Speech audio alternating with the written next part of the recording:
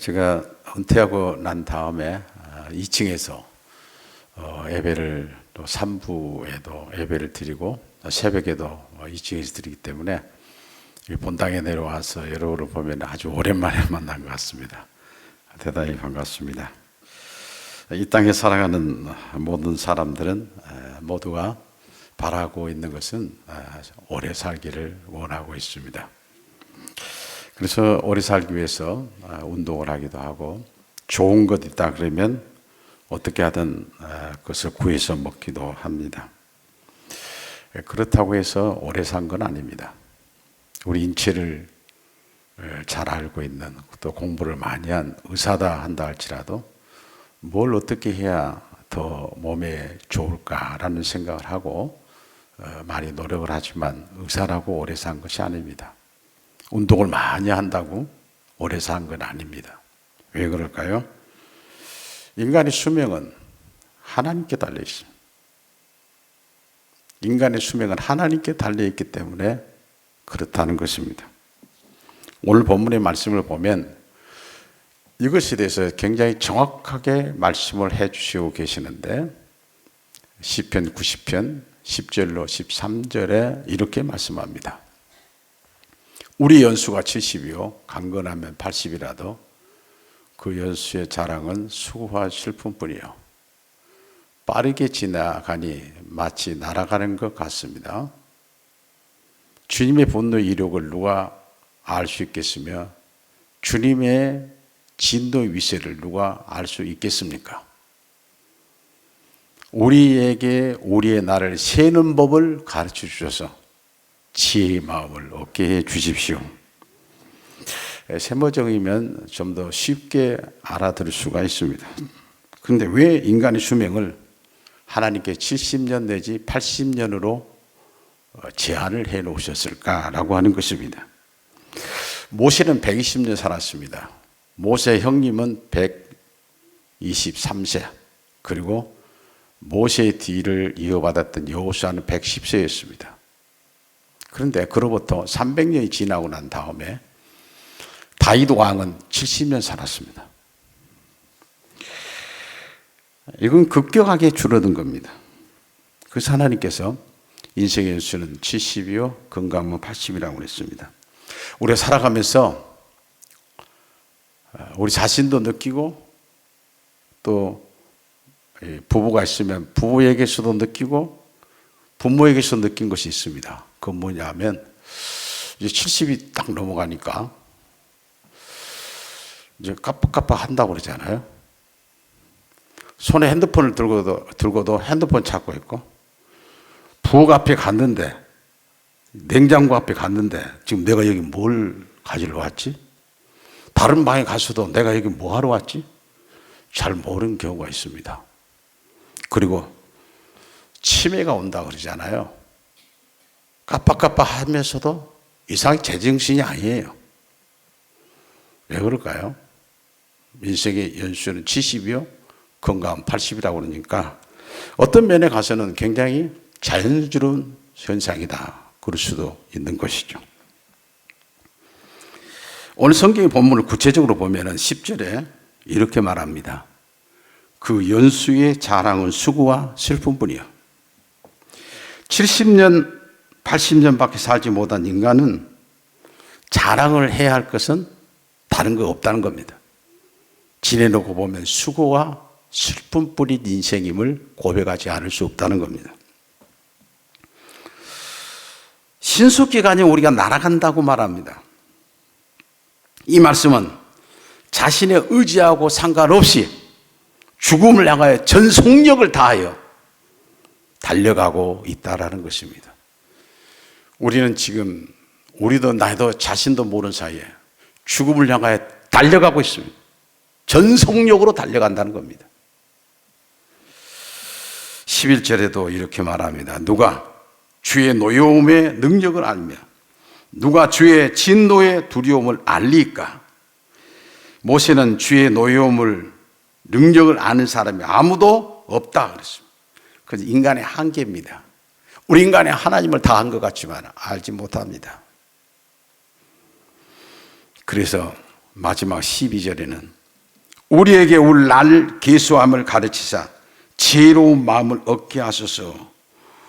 우리 날 계수함을 가르치사라고 말합니다. 모세는 하나님을 향하여 기도하기를, 하나님이여 죽음을 향하여 달려가는 인간에게 인간의 한계가 어디까지인가를 알게 해주십시오. 언제 죽는다는 것을 깨닫게 해주십시오. 그렇게 기도하고 있는 것입니다. 왜 이런 기도를 할까요? 자신의 연수가 짧다고 하는 것을 아는 사람이 죽음 이후를 준비할 수 있기 때문에 그렇습니다. 가장 지혜로운 사람은 그러므로 자신의 날을 계수하며 사는 사람입니다. 자, 70년 살고 80년 산다면 남은 여생이 얼마나 될까? 내 남은 여생이 지금 몇 년 남았지? 이것을 계산하고 사는 사람이 지혜로운 사람이란 겁니다. 그런데 한 가지 더 알아야 할 것은 인간의 죽음은 모든 것이 그걸로 끝나버린 것은 아니라는 겁니다. 그래서 히브리서 9장의 27절에 이렇게 말합니다. 사람이 한번 죽은 것은 정해진 일이요 그 뒤에는 심판이 있습니다. 성경에 보면은 천국이라고 하는 이 단어 디렉시 바이블을 쳐보면 37번이 나옵니다. 그리고 지옥이라는 단어는 13번이 나옵니다. 그런데 관련된 말씀을 더 찾아보면 천국이라고 하는 이 말씀이 신구약 합해서 한 600번이 나옵니다. 새하늘과 새 땅, 하나님의 나라, 영원한 처소, 낙원, 아름답고 거룩한 도성, 하나님의 거처, 슬픔이 없는 곳, 이런 거 다 천국을 얘기합니다. 지옥이라고 하는 것은 몇 번이나 나올까? 게한나, 하데스, 스올, 신약에만 해도 162번이 나오고, 지옥이라는 말을 직접 썼던 예수님께서 직접 썼던 말씀은 70번이 나옵니다. 영원한 불과 고통, 꺼지지 않는 불, 불과 유황, 영원한 멸망의 형벌, 심판의 장소, 큰 구렁.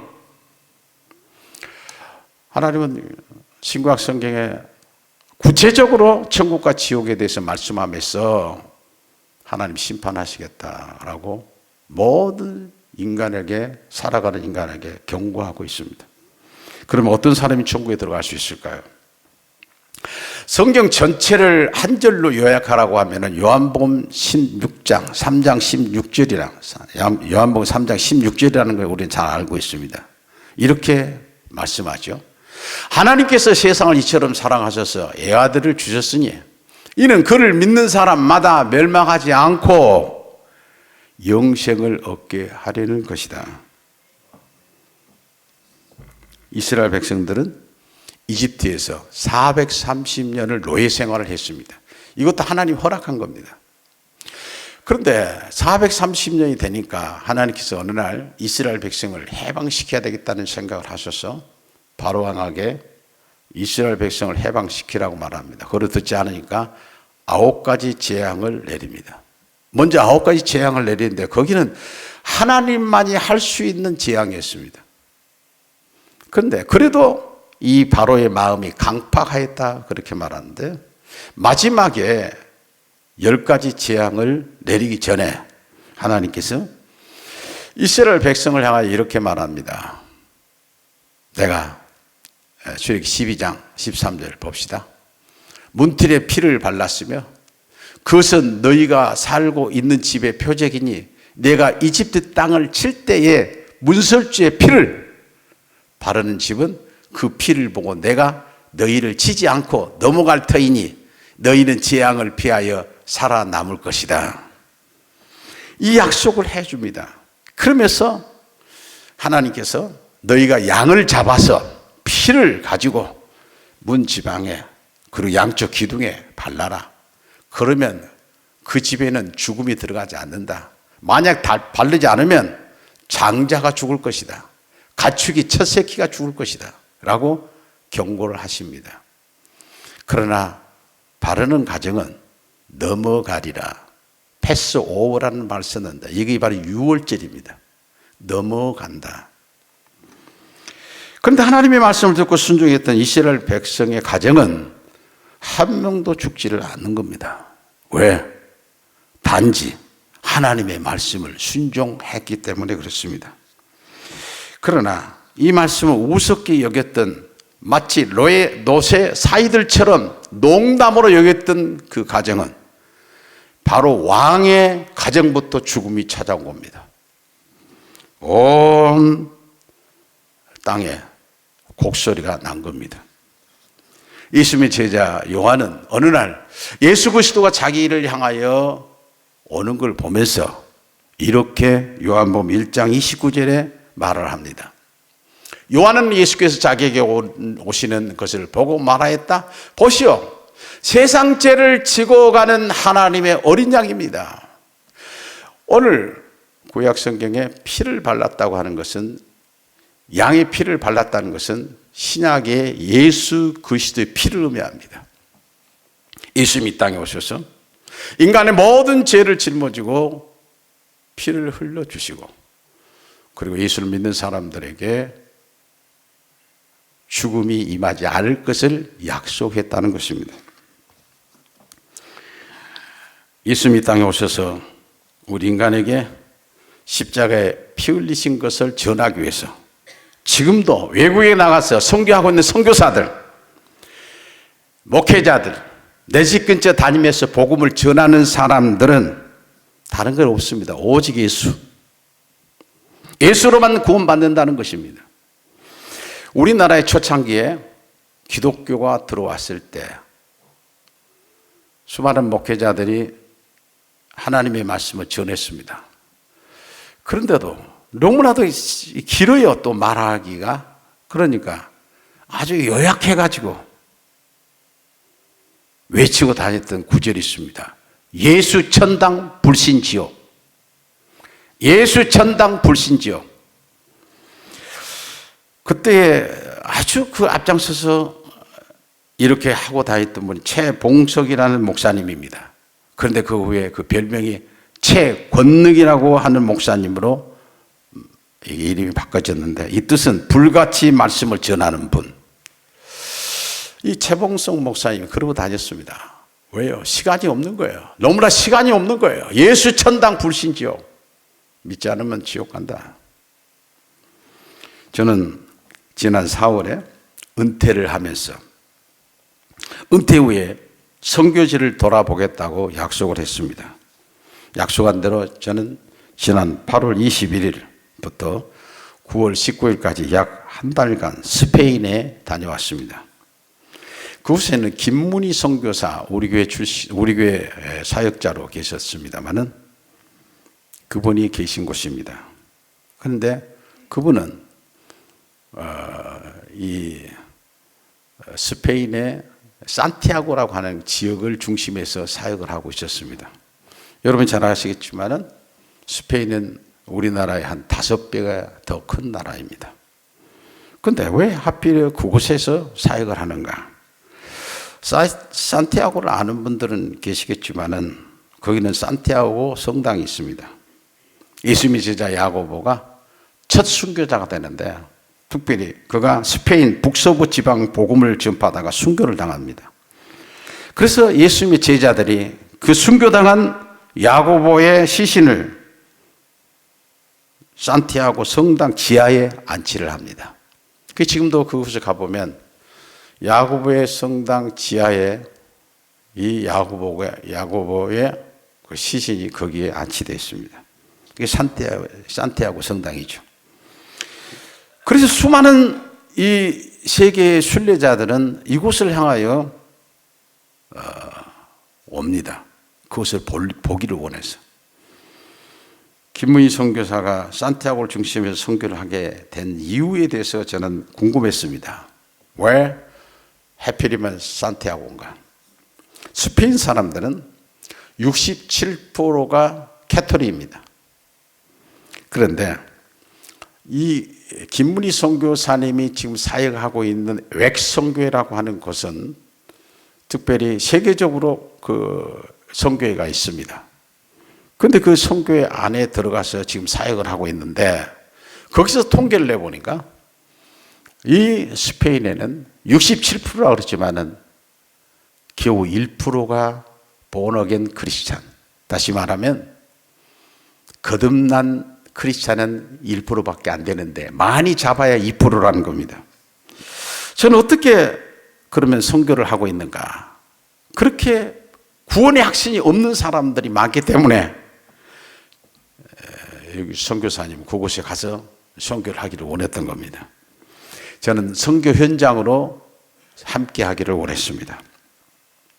근데 가려고 하면은 이제 산티아고 성당을 가야 되니까 제가 있는 곳으로부터 118km까지 거리가 됐습니다.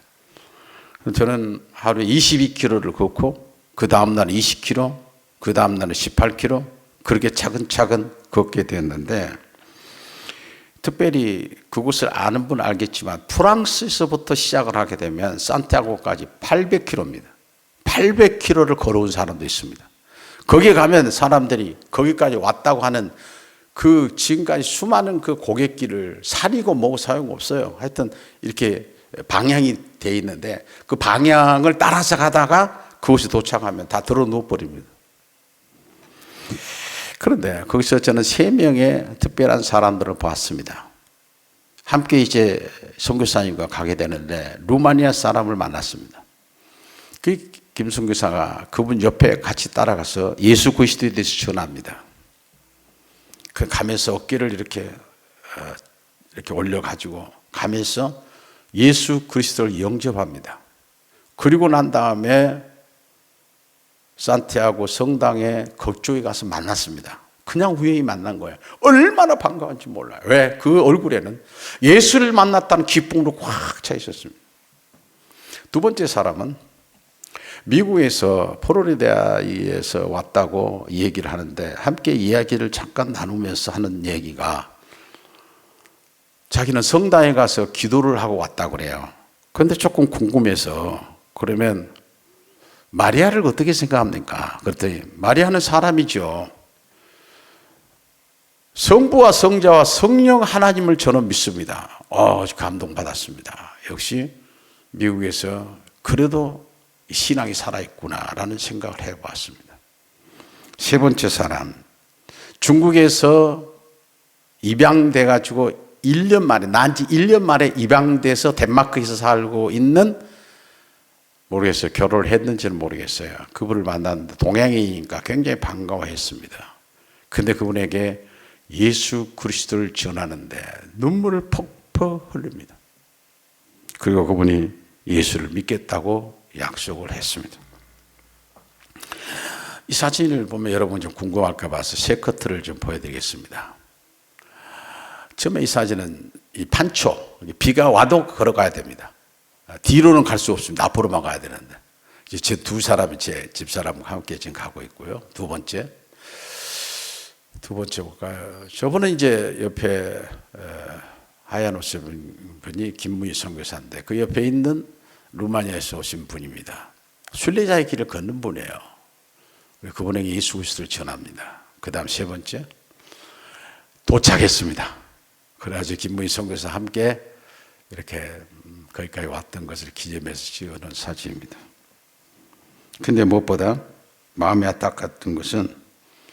대단히 안타까웠던 것은 김문희 선교사의 생활이었습니다. 김문희 선교사가 사는 집은 옥탑방이었습니다. 근데 방이 2개였는데 한 방은 선교사님 자고 한 방은 제가 잤습니다. 근데 저녁이 되니까 불을 다 꺼버려요. 그 난방이 들어오는 난방도 다 꺼버린 거예요. 그게 저녁에 자다가 보니까 하도 추워가지고 일어나가지고 제 시트 그것까지 다 둘러쓰고 잤어요. 아침까지. 너무 추워가지고 아침까지 견디다가 아침에 일어나서 궁금했습니다. 왜 난방도 다 꺼버리고 불 하나 켜놓으면 화장실이 어딘지 알 거 아니야. 불까지 다 꺼버린 거예요. 그때 선교사가 하는 얘기가 있습니다. 목사님, 제가 이렇게 꺼버린 이유는 전기세 나가니까, 난방비 나가니까, 그래서 전기세 나가고 난방비 많이 나가면 주인이 나가라고 할 거 봐서 굉장히 가슴 아픈 일이었습니다. 그러면서 하는 얘기가, 선교비를 저는 120만 원을 받습니다.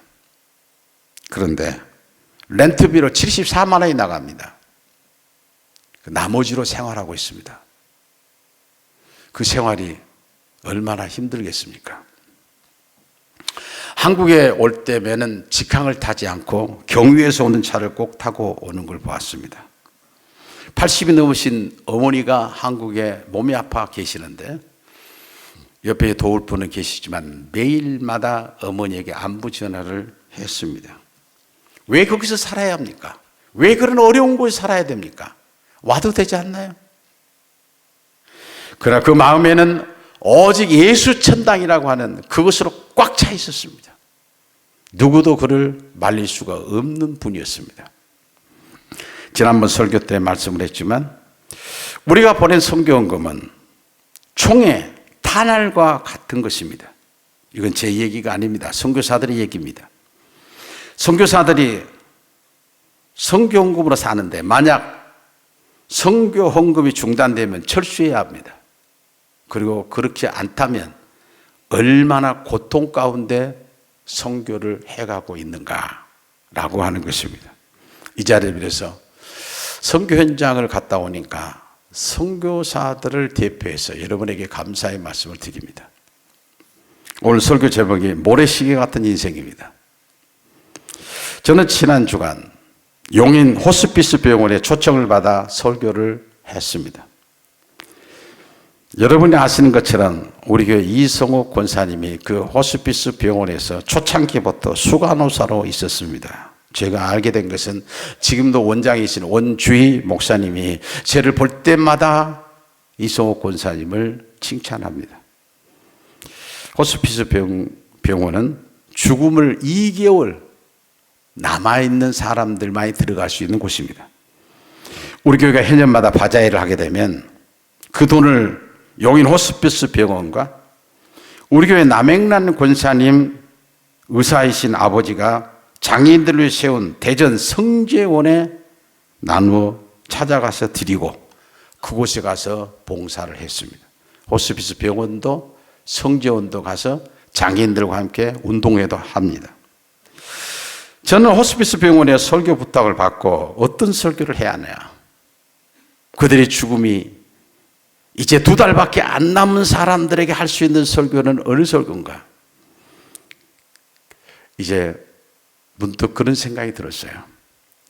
제가 은퇴하기 전에는 11월이나 12월이면 그 이설교를 합니다. 이제 우리에게는 우리에게는 한 달 반 정도밖에 남지 않았는데 그리고 다음 해로 넘어갈 것인데 얼마나 잘 살았느냐. 우리 자신을 좀 돌아보면서 새해를 맞이했으면 좋겠다라는 설교를 했습니다. 그래서 오늘 하나님께서 지혜를 주셔서 모래시계로 이것을 우리 성도들에게 보여주면 어떨까라는 생각을 해서 모래시계를 제가 구입을 했습니다. 여기 보면 한번 비춰주면 좋겠어요. 이렇게 엎어놓으면은 60분용인데 지금도 계속해서 떨어집니다. 이 위에 있는 것이 계속 떨어집니다. 방송실 안 보이나요? 그리고 또 하나가 있는데 이것은 30분용입니다. 또 하나가 있습니다. 이것은 20분용입니다. 우리는 자든 어떤 일을 하든 계속해서 떨어지고 있습니다. 60분, 30분, 20분. 그런데 이 사실을 우리는 잘 모르고 삽니다. 이것이 다 되면 우리 생명은 거기서 스탑해야 됩니다. 이것이 인간의 생명이 우리 마음대로 할 수 없다라는 겁니다. 그런데 중요한 것은 우리가 어느 정도 내 삶이 남았는지를 모른다는 사실입니다. 그리고 살아가는 겁니다. 어느 날 갑자기 세상을 떠나면 우리는 깜짝 놀랍니다만은 거기까지였다는 사실입니다. 그러나 하나님은 죽음 후에 죽는 것으로 끝나버린다고 그러지 않습니다. 세 번역에 히브리서 11장 6절에 보면 이렇게 말씀합니다. 믿음이 없이는 하나님을 기쁘게 해드릴 수 없습니다. 하나님께 나아가는 사람은 하나님이 계시다는 것과 하나님을 자기를 찾는 사람들이 상을 주시는 분이라는 것을 믿어야 합니다. 이 사실을 믿는 사람은 살아가는 것이 다릅니다. 일반적인 사람 같지 않아요. 하나님의 상이 있다는 사실을 아는 사람은 살아가는 방법이 다릅니다. 계획하는 것이 다릅니다. 어떻게 살아가야 할 것을 아는 겁니다. 이 시간 우리 모두가 이 질문에 답을 했으면 좋겠습니다.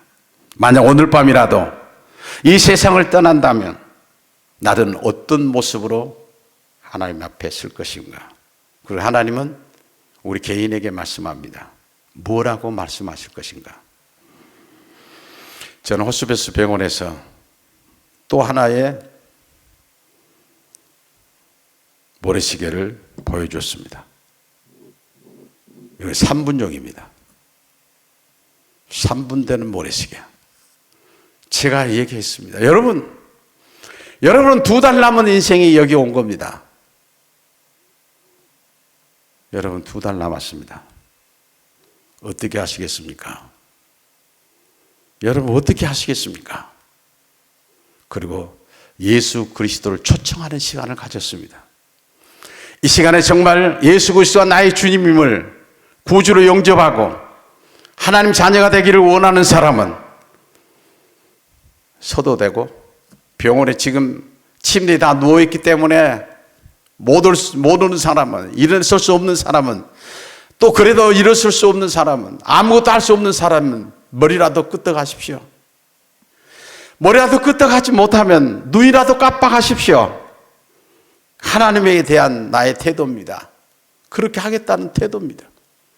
그것도 못하면 움직일 수 있는 신체 가운데 손이라도 깜빡 움직여 주세요.